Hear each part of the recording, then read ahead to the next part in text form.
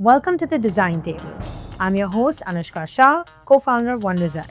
This series brings together founders, creators, and designers to share their insights and experiences from the world of design in India. Each episode is thoughtfully divided into segments that explore the founder's journey, uncover shared experiences and overlaps in their path, discuss industry challenges and perspectives, reveals opposing viewpoints on relevant topics, and ends with quick responses that show their honest, unfiltered opinions. We look forward to bringing you the Design Table. We start with our Spotlight section, where we dive into our guests' journeys and design experiences. Ameya, Double Twist has this beautiful Barcelona meets Mumbai story. Can you tell us a bit more about how that started? So, Double Twist Architects started as a chance interaction. It was my third year of college in the US and in California. And I was flying from San Francisco to LA. And that's where I bumped into who would be my future business partner. The conversation began with football, and then it led to him being from Barcelona, him being the chief architect of La Sagrada Familia. And in my naivete or maybe my enthusiasm, I said, so it'll be an honor to work with you and take your designs, surround around your inspiration through Gaudi and that whole experience to India. And here we are, 3 years later. That plane ride has now made us friends, family, and now business partners. So that's how Double Twist began. And yeah. That's so cool. And how has bringing in an expert studio helped you, broaden your horizons and your understanding of design in Mumbai? So as I said, Double Twist was a chance interaction. The way it was created was the company was created in 2020 by my business partner, Paul who served as the chief architect of La Sagrada Familia. So he was there for his 5 years. Upon finishing his 5 years, he said, well, either I write a book about my experience at La Sagrada, or I make a film, or I create an entire brand that is surrounded around the ideas of Gaudi and taking his four principles forward. Nature, geometry, symbolism, and sustainability are the four sort of pillars that Double Twist sits on.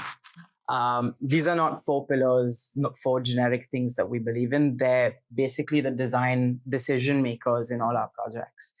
To us, sustainability is deep within our souls. And what we want to bring to the table has to be cautious about the impact that it has on the environment, on the users, on Mother Nature itself. So sustainability is the most foremost sort of leader of our decision making, our design processes. Geometry, of course, and everything is born out of this book of nature, and the perfect solutions emerge from that book. So if anytime we feel like we're detoured in our process, we always go back to what Gaudi said, which was you must study the book of nature and derive from those the principles of geometry, physics, of math, and those will help you create the best solutions for your project. Yeah. So you mentioned geometry right now, and Double Twist works a lot with geometry to simplify complex shapes. How does that translate into everyday design decisions and like even for smaller spaces? How would you translate that? It's a good question. When I look at it more from an architectural space, I'm looking at the facade. I'm looking at the relationship between outdoors and indoors. We don't want to overcomplicate the spaces that we live in. Already, our lives are full of so much. So we want to live in spaces that allow us to just be. And so geometry essentially is the clean, simple use of materials, the way in which they interact, even shapes can sort of emphasize the way that we live. We all live within boxes, within boxes, within boxes. But can we break away from that maybe and live the way we did back in the day and amongst, around nature? And so even if it's surrounding yourself around flowers and plants and whatnot. That's still bringing in an element of the organic feel to the space. Double Twist blends Catalonian and Indian design thinking. What's one principle from that world you think could genuinely improve the way Indian designers approach projects today? That's a good question. Again, um, I wouldn't specifically say that they have a Catalonian way of thinking. I feel like it's a um, very clear approach to architecture and design, and that it's a collaborative process. And that is something that I am learning through my mentorship with my business partners, who, of course, are twice my age. And it is that you don't have to be an expert in everything, but you need to know how to be able to use collaboration as your strength. Uh, I think Indians, of course, we've always had a great understanding of design. We're surrounded around great architecture, great interiors. Um, but we sort of compartmentalize the way that we work. And the way the Europeans approach architecture and design is um, how can we work better together? How can we use our strengths and apply ourselves together? Maybe a roundtable conference where you have your engineers, your structural guys, your MEP, your agronomists. Let's get everyone together and then let's try and solve for those issues in a conference, in a sort of roundtable setting. What that does is there's no hierarchy that's created. Everyone is equal on that table. Yeah. And that's the sort of work approach that I really like from our experience working with our partners in Barcelona and trying to bring that here, where everyone's sort of equal. And there's one problem, which is your design brief. And we all approach that with the same intensity. That collaborative process sounds really interesting. And speaking of collaborations, can you share some real examples where collaboration and collaborative efficiency shaped design decisions and what someone can learn from that? Yeah. Actually, I have a really interesting story. And it's actually from Pao's experience when he was chief architect. Now, we all know Gaudi's Basilica La Sagrada has been under construction for 142 years. What it is a massive organization where you have CEOs, you have a head of security, you have a head of engineering, a head of design, a head of architecture, a head of accounts. And there are a lot of different divisions amongst what is behind the technical office of La Sagrada. And there's a specific instance around collaboration, which Pao keeps telling me about, and how he envisions that the environments that we need to build, the culture that we need to build into our projects, was when there was complete, there was a dysfunctional relationship between all the stakeholders involved in La Sagrada. And that is why the timelines were just exceeding. So what he did decide to do was um, to improve efficiency and to make sure that all stakeholders were happy moving forward with the process, and to make sure that everyone was getting their requirements ticked off the list. He decided to have that roundtable conversation. In one room, there's a specific photograph which I like to share, where all stakeholders are together, and the one that is designing is not the head of architecture, is not the CEO, but the head of the labor department, the one that's actually on the ground trying to make sure that all the pieces align for the final phase of the scenario. And what that created was an environment where you don't have hierarchy, and where the ones that are actually doing the grueling hard work, the ones that are on the ground, have an equal say in the process. So it's not a handover process. It is a circular process where everyone has a say and wants to enforce their point of view forward, would take things forward. That's why I would say there was peak efficiency, because there was no delay in decision making. When you had so many intelligent heads in one space, you're able to make the right decisions.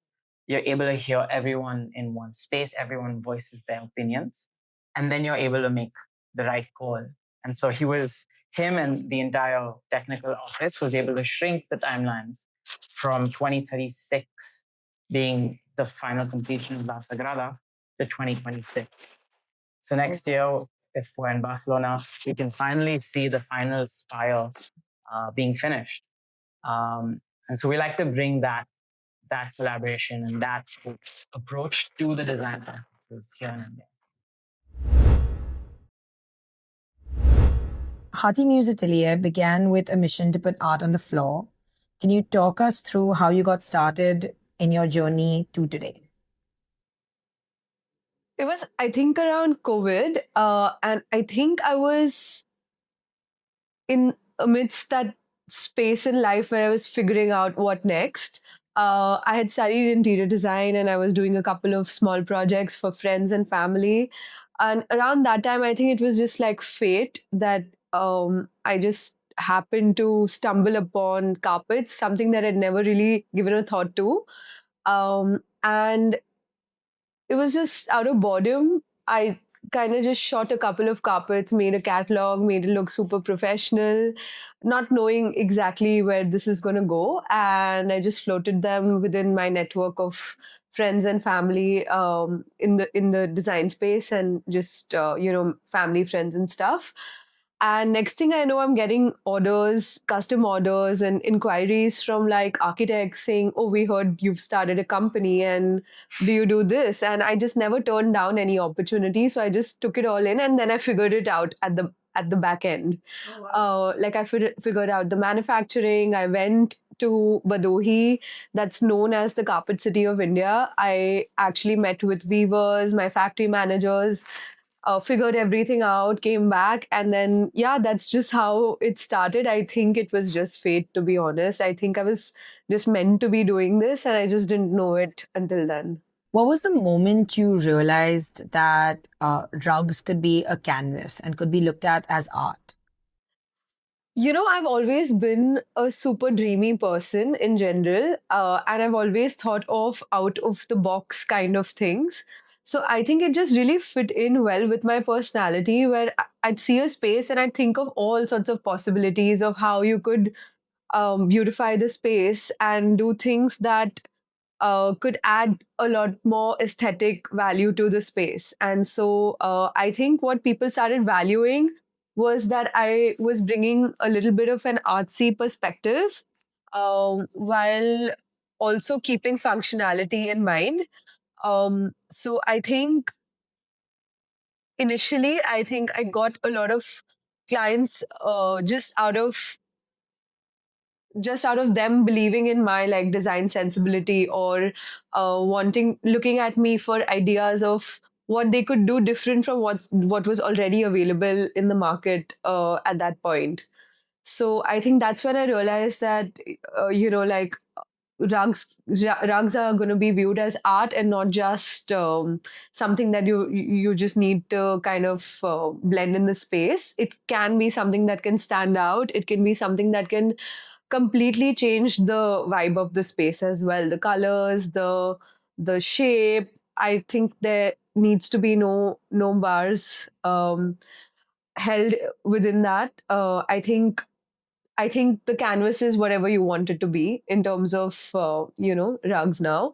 I think also initially when I was doing up my own house, I thought of rugs as a wall art piece. So I actually ended up doing a curved wall with this really graphic rug on it as wall cladding.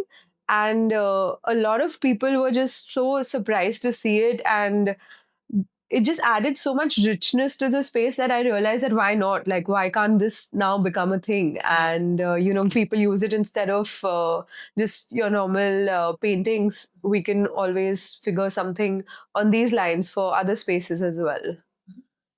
That's really interesting. You also mentioned that you work closely with Badohi weavers.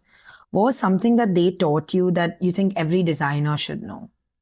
I think the amount of knowledge they have in this space is unreal. I think almost half of the world's carpets are being exported from Bhadohi. It's known as the carpet city. They know the art of weaving carpets for generations. So I think the amount I've learned by interacting and working with them um, is just unreal. Like, I don't think I could have done it without their guidance and without having them, because I can give them a design, but it means nothing if it's not executed the way it needs to be. From textures, from materials, from like colors, what will go well together. Everything, I think they guided me along the way. And I think they're so consistent, um, patient, because they're sometimes weaving the same carpet for 6 months.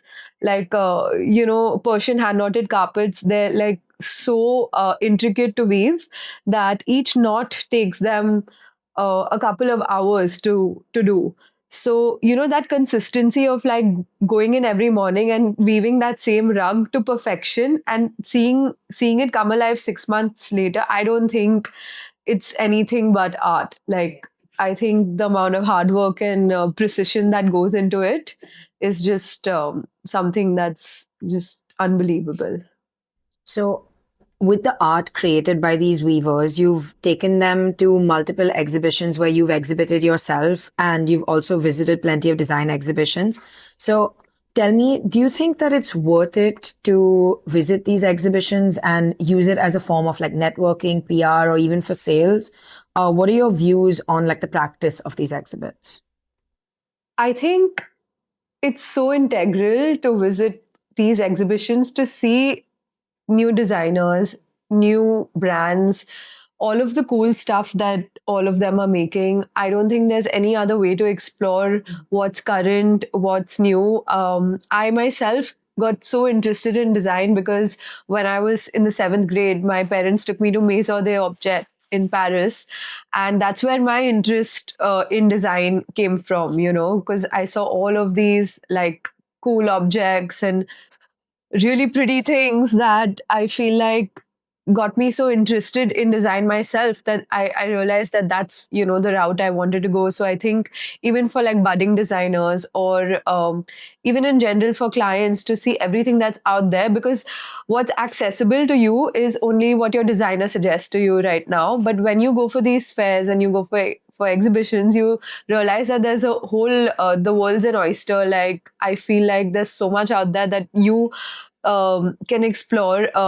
For example, even for us, like we created all of these new products for India Design that happened a couple of months ago, and we actually created a floor lamp out of using the base as the rug material, and totally customizable again. And I feel like something like that, we people wouldn't have known that we're making things like that unless it was seen at an exhibition where there was a footfall and people come and appreciate your work. So I feel like it's so necessary to I think India is doing a fab job with all of these design shows and trying to show the best talent out there. I love the fact that you spoke about your experience at India Design. How would you guide someone that was also considering exhibiting from a business perspective? I think there's a right time and right place. As a brand, I think in year 4, we decided that it was now time to be part of a big show like India Design. Only because one thing is to create, and the other thing is for the right people to see what you've created. So I think these kind of platforms are necessary for people to come take your cards, for you to network with people that are not already from your word of mouth circle, or not already familiar to your brand. I think it's so necessary. Not everything has to convert to sales eventually, or honestly, it may not convert immediately, but it may convert over the months. But I think it's a patience game, and I think you have to keep like being seen out there. You need to keep putting yourself out there as a brand. It is a big investment. I wouldn't say that it's not, but I think it's totally worth it. And I think you have to see the larger picture of things eventually. That if you want to build a brand that has any sort of value, then you have to invest in it early on. So, how do you see your brand progressing beyond rugs? I think as a brand, we want to cater to everything related to styling that comes in after you've already moved into the house. So most people in India have like they go for a white marble or white walls. So I think we want to step in and add color to their homes. We want to add art to their homes, and we want to add decor to their homes through our artifacts, through our carpets, through our rug wall arts, the embroidered wall arts, the benches, anything that's just gonna add that beauty in the end to kind of create, that personalization that it's not a house, it's a home. Moving into common ground, despite working in different realms of design, our guest journeys often share common threads. Here, we pair up founders and explore those overlaps.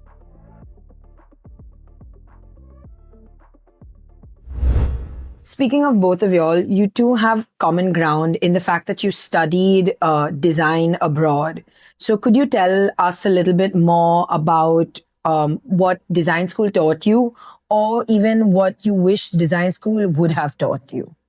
So I went to Parsons in New York, and it was a super international atmosphere. People from all across the world were there, all walks of life.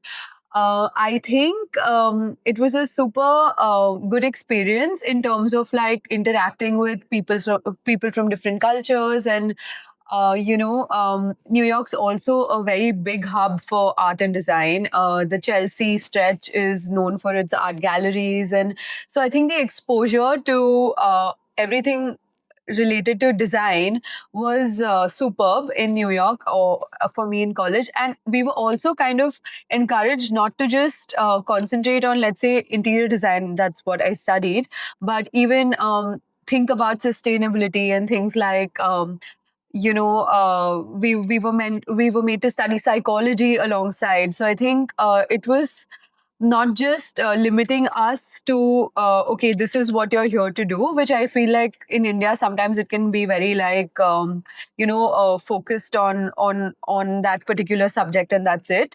I think with Parsons, they just helped us be super imaginative. No holds barred, like just think of the craziest thing you could make, and then think about how you would make it next. But on hindsight, I do feel like how you would make something is also as important as thinking of the idea. And execution is something that India teaches you really well, which college abroad doesn't. The execution of things, how to make things happen in reality, is very different from how you think of things in your head. So I think college gave me the power to visualize and imagine, but India taught me how to be jagadu and find a way to get things done and find the right vendors. Think of the costing, keep it cost efficient. Find the best people to execute it for you, and that's actually what it's about. No, I think you said it perfectly. You are taught to dream and you're taught to like think big and imagine. But I think India teaches you reality. It brings you back to your feet. You can keep floating, but I went to school in California, in this small little town called San Luis Obispo. Right by the beach, you have the hills behind you. Is an idyllic setting, very much like you, people from all walks of life. But I think what I was fundamentally taught was not just architecture. There was a lot of emphasis on philosophy, on history. I think the most courses that I did outside of architecture and design was architectural history. So I learned about everything from the past until today, and it explains a lot about why we are how we are, what we do, and everything sort of has a reason behind it. So it was really fun to learn about the evolution of design, about architecture, and then even the students around us. It was not like very restrictive. Yeah. You may come with a furniture design sort of thought process, and your final project could be a piece of furniture, and you would be given credit equal to someone who is doing, say, a high rise or mixed use development. So it didn't matter where you came from. It was how well you were able to execute that idea and bring it to the final presentation. So it was 5 years. It was rigorous. But the idea was whether it's master planning straight to furniture design, everything in between was what was emphasized and taught to the students. So that's the value of American education. What I would say is missing is how do you make that a business? How do you value your time? How do you value the time of the team that you're building around you? These are things that you don't pick up until you are in the deep end and you're running your own practice, and you have to be cautious of all of these various factors. Yeah, I'm glad you mentioned that because I wanted to talk to you about how both of your global perspectives have helped you like shape your current, like your businesses today, and what you've taken from there and what you've learned over here. How has that helped you make your business what it is now? So for me, honestly, initially I think it was a lot of word of mouth.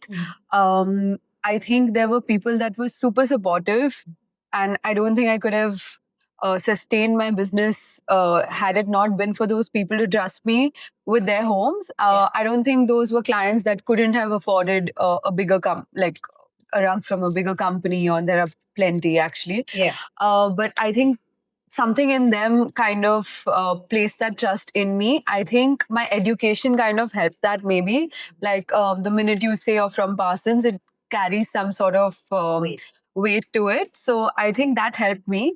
But I feel like with business, there's always going to be ups and downs, disappointments, but there's also going to be a lot of wins, like a lot of opportunities that you didn't see coming. And I think it's just about kind of making sure your business is reaching the right people, like the right audience. Not everyone's going to be super welcoming initially. There were lots of architects and interior designers that have their certain brands that they work with. And even till today, when I reach out to them, they're not very warm towards my brand. Yeah. But that's okay. I think, that helps me kind of work harder to kind of be at a point where they want to work with me eventually. So I choose to see the people that are supporting me and the positives of it, rather than what's not working out. Yeah, so in front of you, you're just seeing Ameya from Double Twist, but we have Chavi, we have Martha, we have Adya, Aish, Pau, all of whom are like pillars of Double Twist, and Bruna, of course. Um, what I think my Barcelona team is able to bring to the table when we're having conversations is we're coming in with such a fresh perspective that everything is probably new to us, all the way down to statutory limitations, regulations, vastu. And so you're questioning everything from ground up, right? And what that does is that creates a little bit of a connection with the clients when we're discovering the process with them. And where not everything is taken as this is the hard and fast rule, this is how you need to do it. When we're coming into a project, I think that international backing or even my education, I'm I'm prompted to question what has always been happening, to find a way in which we can do something a little different. So I'm grateful for my education for that, where I'm not just following what has been done, rather looking at it from a fresh lens or a fresh perspective. And that sort of continues from my team now saying, well, let's look at Vastu in a different way. Let's question the norms. Let's see why things are the way they are, and where are those gaps which we can fill and then sort of improve or make better. And what was one of like the harder things in starting a business in your 20s? Like what did you find that was a bit challenging that you wouldn't normally consider challenging, or you didn't even take into consideration before starting your brand? I think for me, it was, standing out from the competition. There's, like I said, a lot more bigger companies in a lot of bigger players in my space. So being recognized for who I am, and I think I have a very distinct, very international kind of a aesthetic when you see my stuff. So I think that is also influenced from like my background in New York, and in general, all my like travel exposure to all of these, Parisian shows and Milan Fair and all of that. So I feel like I wanted to bring that And the fact that I'm young and, it's like time for something different to happen while my Indian weavers weave it. You know what I mean? So I think I wanted to kind of, and for me, it was a challenge to kind of bring that new aesthetic to Indian homes. Like a lot of people are just used to having, those Kashmiri motif kind of rugs or, something little ethnic looking. So for them to, think of something very geometric but colorful or something very quirky was not very easy to their palate initially. But I think a lot of people also eventually started appreciating that it was something different and international and like little quirky and warming up to that as I see, from when I started to now. So yeah, that's been good. And I think even for designers to really accept you as, okay, this brand is it's selling you something that is of a good quality, and we should kind of give them a chance too. I think that has been a process. Not, like I said, not everyone's been super welcoming, but there have been so many people where, it's just overwhelming support from so many architects. So I feel, yeah, it's a mix of both. Yeah. So I don't want to pretend to be the design powerhouse in our office. We have Chavi, Martha, and the team that really looks after and really nurtures the design and creates something fantastic. Pao and I, on the other hand, are looking at the business. And I've never had a business of my own. I would say I'm a first gen architect and entrepreneur. Of course, I have the backing of my family and the support. I've never done accounts before, so shout out dad for making sure I'm able to run my business efficiently, compliance wise, all of those factors. But never learned how to do that before. And I avoid mistakes as much as possible. Of course, you learn from them, uh, but I'm trying to draw in from my mentorship through POW and through my family and through friends to find ways of making sure that the work that I do bring in is represented well by my team, and the work that we do is with all our soul and all our energy. Setting off is always not easy, but I think one piece of advice that I've received was you just got to go. You can't wait for the perfect opportunity. You can't wait for something to come your way. Not everything is going to be aligned for you. You need to just go. And that's where you learn on the job once you start. I love that advice. I agree. I completely agree. And it's funny you said accounts because I feel like as business owners in general, you're like a one-man show initially. And it's like, okay, I'm a designer, but I'm also making my own invoices. Yeah. That's what I was doing initially. I was also making all of my own drawings, and then I was also coordinating deliveries. So it's like, I think, you lose your ego. You're like, no, this is my business. It's going to be teaching me everything that I need to know. So I think you go with that mindset, that open mindset, that you're not going to be only doing what you like. You're going to be doing all the dirty work as well. Yeah. So Next up, bigger picture. We're bringing everyone in to explore the challenges, shifts, and different ways of thinking within the design industry.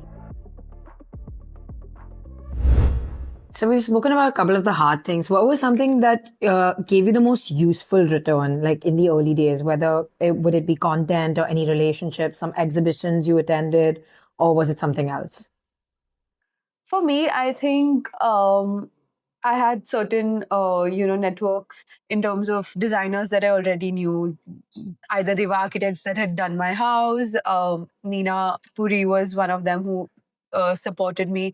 Nina Puri, Aisha Puri. So, I mean, to name a few, but there were a lot more architects that kind of really gave me those right opportunities that helped me eventually then spread that word of mouth word. But yeah, for me, it was mainly that. And then, of course, social media is like super helpful always. I literally view my own page as like my e-catalog. Like, I feel like I don't need a website anymore. I just need someone to go on the page and they understand exactly what the brand does, what it's about. every single design we've made is out there. So I feel like it's so accessible. There's no bar between you and your client anymore. It's so easy to just reach out to us, order something, within minutes, and so I think social media has been super helpful as well. Yeah, I think, just going off of what you said, I think it's the network that we have the privilege of coming from, but then knowing how to leverage that relationship as well, right? I think our families can introduce us to people, but it's up to us to really take it from a cold introduction or maybe a warm one to something that is realistic and professional and beneficial for both parties, right? So it's about the network that you have, but then also building your own network. I decided to join entrepreneurship organization's Future Leader program, where you learn a lot from your peers. They're from different industries, but you're learning about how to hire the right team, how to set great precedent, how to create systems, things that you may or may not pick up from your family, but when it comes from a third source or an exterior source, you're looking at it from a very different perspective. Another organization was ULI, Urban Land Institute, where I have architects and designers, but also people on the real estate front and in investments, in advisory, in all different kinds of services around the real estate space. So then you're just looking at yourself as a very small fragment of a much larger industry. And when you work around people like that, that helps grow your network. You learn about attacking your own industry from a different perspective. And that gives you a little bit of an edge, I feel. So it's about the network that you build. I personally cannot talk about social media because I'm not active on it at all. That's my ambition for the next few years. And how to represent myself, my team, uh, in a much better way where we can, I guess, humanize them, make them feel like Double Twist is a constituent of all of them together and not just an entity, but a living, breathing group of people that want to create something special together. So that's I think you need to get on it because I think you are your brand. Your brand is you, and I think the minute people can relate to you more, I think you're kind of they're automatically relating to your work more, or they're kind of viewing your work through you. yeah. So I think that is kind of I think the one thing we haven't touched upon is how do you all get clients? Because I think that's something everyone would want to know. How do you get clients for your business? That's a question that I used to ask myself initially because where's my next client coming from? But you'd be surprised if your work's good and if people have enjoyed working with you. Word of mouth is super strong then, and people are very happy to recommend you to other people who are making their homes. India honestly really flourishes with referrals and stuff, so that's one route. But of course, we make sure we're participating in design shows every year, so people can discover the brand.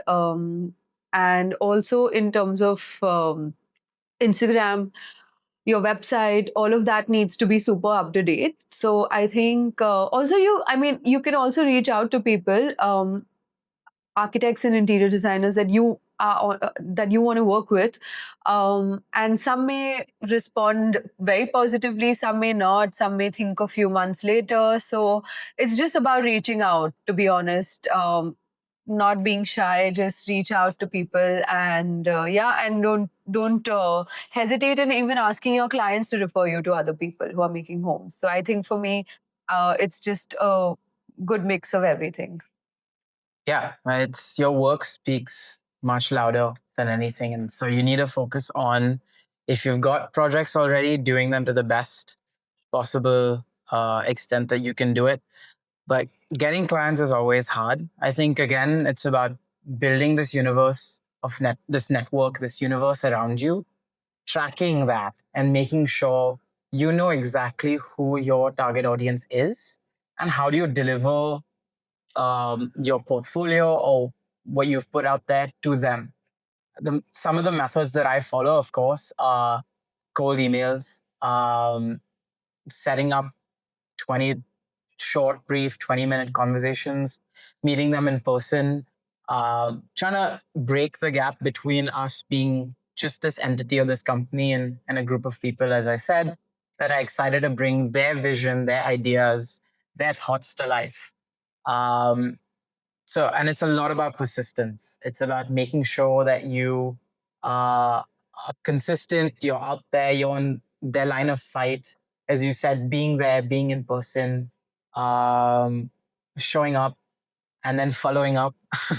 I think are some Yeah. things that are really, really important to be able to get your first client and then to continue getting more. But as you said, I think India is its own universe. Word of mouth is so important, and it's so interconnected. I feel like unlike the rest of the world, there's just you're one person away from someone you need to know, and so it's about how to be very sharp about connecting those dots, and I think that's what helps uh, get more business and create something more for your company.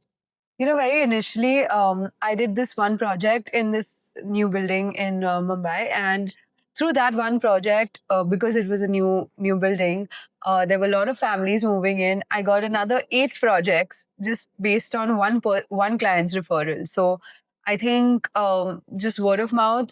Believe me, it's the best form of marketing that Yeah. can happen for you.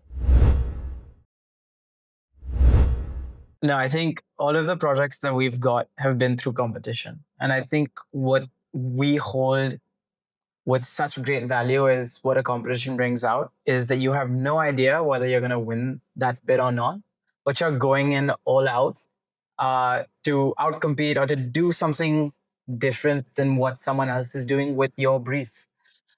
So the first competition that we got was through a competition. There were 5 other architects who were probably veterans in the business. But I think what we offered was a different perspective. And I think we won with that. Uh, our most recent project that we were able to sign, fortunately, was against another Catalonian company.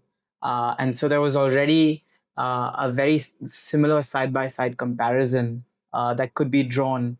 But I think what we were able to do was bring that energy and that fervor onto the table, and then stick in with the clients through any decision that they made, just to be able to enter. So I think um, that's the best way to win a project is if someone offers you just a little bit of like, oh, maybe I might maybe I might work with you, but I'm not sure.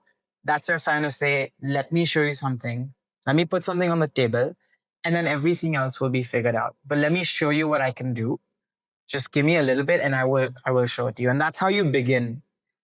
It's the best way to begin. So the first one that we were brought on for is an artisan university up in Kutch in Gujarat, and the brief was very simple. It was we needed to create a residential community.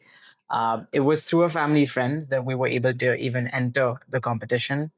But the odds, I would say, were a little bit stacked against us, where the competitors had a broader period of time, and we were just given a month right before Christmas, which in Spain is a very big occasion, to come up with something that would convince the clients. And I flew to Barcelona to make sure that we have everything we need.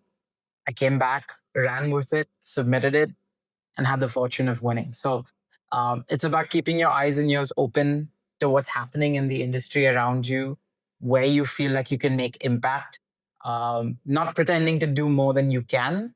But I think just being aware of what is around you, what are the habits, what are the kind of clients looking for. Um, those are sort of things where you need to keep your eyes and ears open to be able to find competition, to be able to find clients. And LinkedIn, I think, is a tool that I leverage in a great deal to understand who all are out there, who I need to approach, and who would be the right person to receive my email. Because there's an art and a science to blind or cold emails. Is knowing what to say to who, without pretending, being genuinely you, but being consistent with it as well. Time for on the spot. Paddles up, agree or disagree. Let's see if we can spark some fun debate.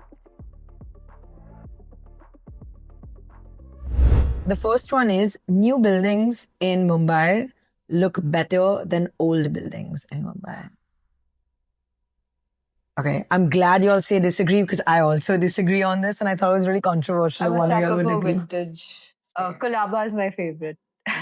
Yeah, I mean the blend of our history, right? The British and the Portuguese and the influence that it has. Kota Chivadi, for example. I mean, there's a heart and a soul to those places, and it's hard to capture that when it's a real estate developed. I also feel like architecture has been very simplified over the years when the whole beauty was from like the workmanship of the marble and those carvings and the art deco-ness of those buildings, and it was something else. So Indian homes are becoming more experimental than ever before. I think that's a great thing for brands like mine because then we have way more opportunity to kind of create experimental stuff since we're a custom making company. So I think that's working in our favor, no? I mean, a lot more people are traveling. There's a lot more exposure, a lot more of the world that people want to bring to their homes. So I'm happy that we're pushing the boundaries in our own homes as well. The third question would be, or the third statement would be, most clients underestimate the amount of time good design actually needs. Definitely. I feel like design is not a linear process. There's every time we feel like we've moved 2 steps forward, there's something that sort of has to draw us back, and we take it in our stride. But I think that pull and push is really time consuming, and there's no singular answer. So that's where you got to strategize and have conversations continuously with your clients to make them realize sometimes that this is a circular process. It is not a simple process. It's not a straightforward solution, and it's just through conversation where we can make things better. You know, I face this problem all the time where my timeline, the turnaround time for rugs is 5 to 6 weeks, sometimes even months, depending on, you know, the whole weaving process, the size, etc. And clients are like, oh, give it to me in 2 weeks. And it's just not possible because how can you know, something of that larger size be weaved in 2 weeks? It's just not possible. So I think, yeah, there is a whole process and, you know, time, effort spent in all of it, which sometimes you have to communicate to the client that this is our process. You know, this is how long weavers take, and you have to just value and respect that, and then move forward with the order. Yeah, everyone's in a rush, and I feel like they underestimate the amount of time that even your design thought process would take to create something for them. I think the execution part is, of course, fixed and dependent on the manufacturers, but I feel like the actual design process also takes time, and people tend to think that you have these designs ready in your head when they're not, and it does take some time for you to like execute it, and sometimes there could be a block even that you need to work through. So yeah, I completely understand that. Okay, let's move on to the next one. Number 4, AI can eventually replace my role. I had to disagree with that as well because I'm absolutely not a fan of AI in design. I think it can complement and help you process your work a lot faster, but I don't think that it could replace in human minds. What do you all think? I think I use AI to my advantage quite a bit. I think it does save you a lot more time, but the input that you have to put in is you. So AI cannot completely generate something out of thin air. You still have to make the effort to tell it what you want it to do, and then it does a good job. So I'm pro AI. I don't think it's not beneficial, but I do feel like I am necessary and my creativity and my thought process is necessary for it to work efficiently for me. Yeah, I'm not nervous about them taking over my job. No, I think it's about how you leverage AI as a tool, and be confident in the fact that the knowledge that you have is not going to be replaceable. And so you really need to work hard um, to make sure you're the knowledge center, right, before it takes over. Um, Use it as a tool. Be cautious about what it's putting out there. Um, but I think just the day to day is it's a deeply human thing to create something as creators, and I don't think AI has that ability to do it. It's a conglomeration of all our thoughts, but it isn't a new original thought. So we need to be cautious of how we use it, how much we deliver to it. Also respecting that architecture and design, and these are very innate human things that cannot be replaced by anything. Yeah. I also feel like with AI, it's also not something that has empathy, right? And in a service-based business like mine, you Absolutely. have to kind of be relatable and empathize and sympathize with the client and kind of understand that their psychology of what they're expecting out of you. So I don't think AI has got that yet, or could ever get that. Like comfort and design should always win over aesthetics. Do you think that you would agree with that? Oh, we have a disagreement for the first time. What do you think? I think vanity is insanity. So I feel like, I think sometimes you go for beauty over comfort. In my space. But I can understand why his perspective could be different, because I wouldn't like to live in a beautiful looking but discomfortable house.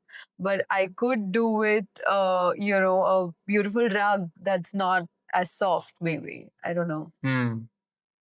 Yeah, I think clients come first, right? And so we got to put their needs, wants, and desires above anything in the design process. That's how we approach every single project. So, um, yeah, I do disagree with that. I think comfort does go above aesthetics. That's also a difference between men and women, I think. That's like a difference. I was gonna in, say that I think a lot of gender. women are happy with the beauty is pain mentality, and why Yeah. we put aesthetics You over know, comfort. that happens all the time with like clients as well, where the wife is very like, let's do colorful and let's add tassels and let's add zari and let's add this and let's add that. And the when the husband comes in the picture and they're like, I just want a beige and off-white rug with like minimal design. Non-complicated. And that's when you have to step in and be like, okay, how do you kind of bridge this gap between the two things and the two expectations? Finishing off with quickfire. Short questions, instant answers. First thoughts only. Let's start with you, Shreya. One color you can't stop using right now. I think always white. Yeah? All right.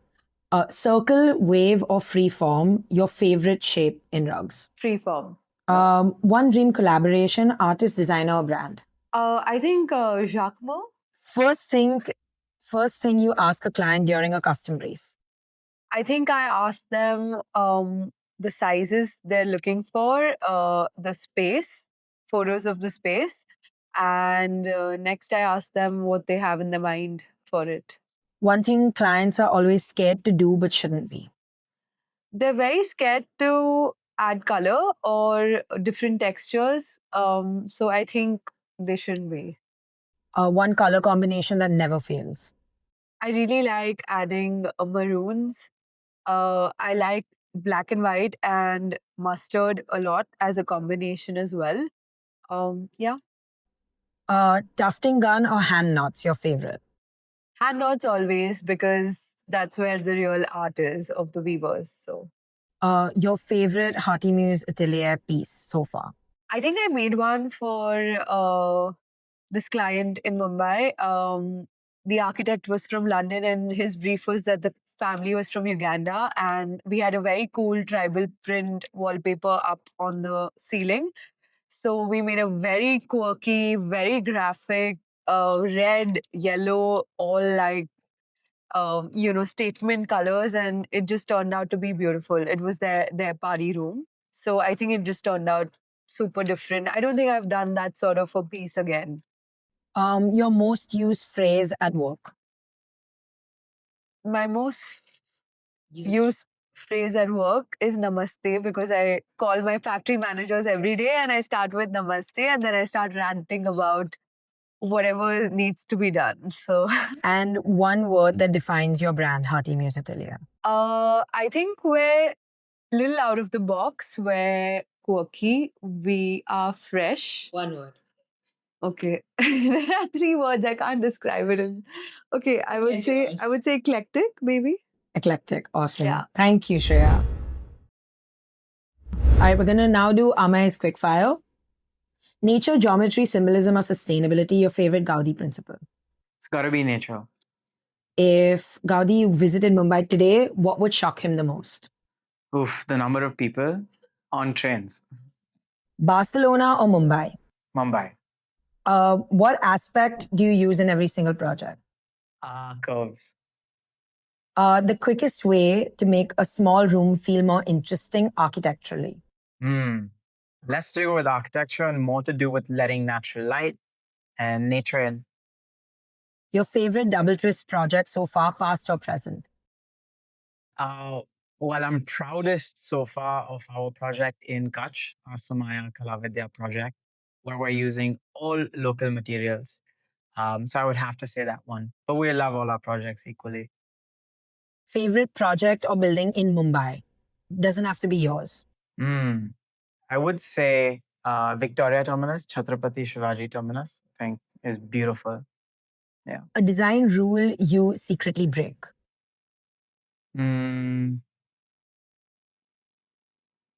Straight lines. Your most used phrase at work. Hola, ¿cómo estás? And one word that defines double twist. Dynamic. That concludes this episode of The Design Table. We hope this episode offered valuable insights and perspectives shaping the world of design today. See you in the next one.